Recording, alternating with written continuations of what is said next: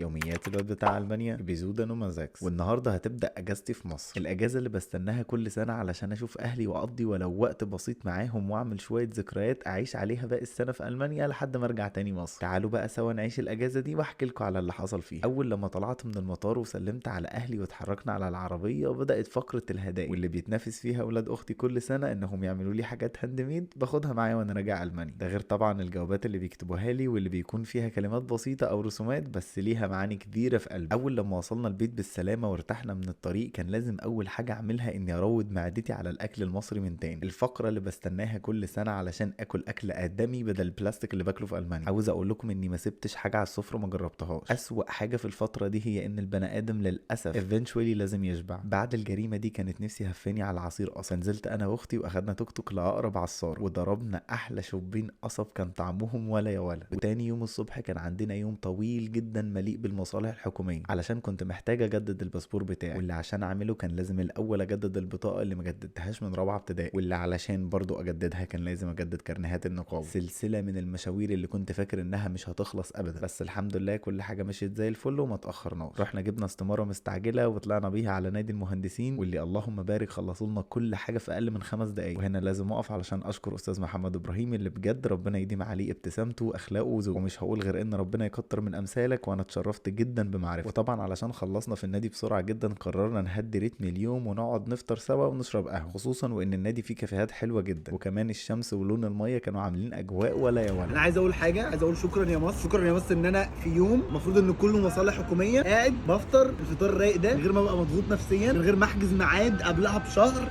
علشان اروح مكنه تخش تقول لها صباح الخير يا مكنه، تقوم مدياك الاستماره بالحب رجوله يا مكنه انا عايزه استماره. بجد يا محمد برافو عليك. كل ده مش شمس يا ندى.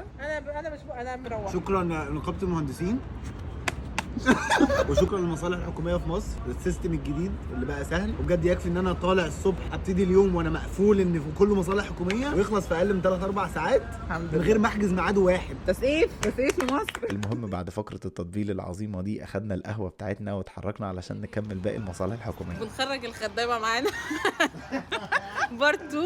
وبعد ما خلصنا كل حاجه ده كان شكلي في البطاقه الجديده، اللهم صل على النبي قمر. وبصراحه علشان ما اكدبش عليكم انا ما كنتش متخيل ان انا هخلص الباسبور بتاعي الاجازه دي، وكنت عامل حسابي ان ممكن الاجازه تخلص وفي الاخر اجدده من السفاره المصريه في المانيا، بس الحمد لله كل حاجه مشيت زي الفل. استنوا باقي فيديوهات الاجازه علشان لسه عندي حاجات كتير عاوز احكيها. شكرا واشوفكم الفيديو اللي جاي.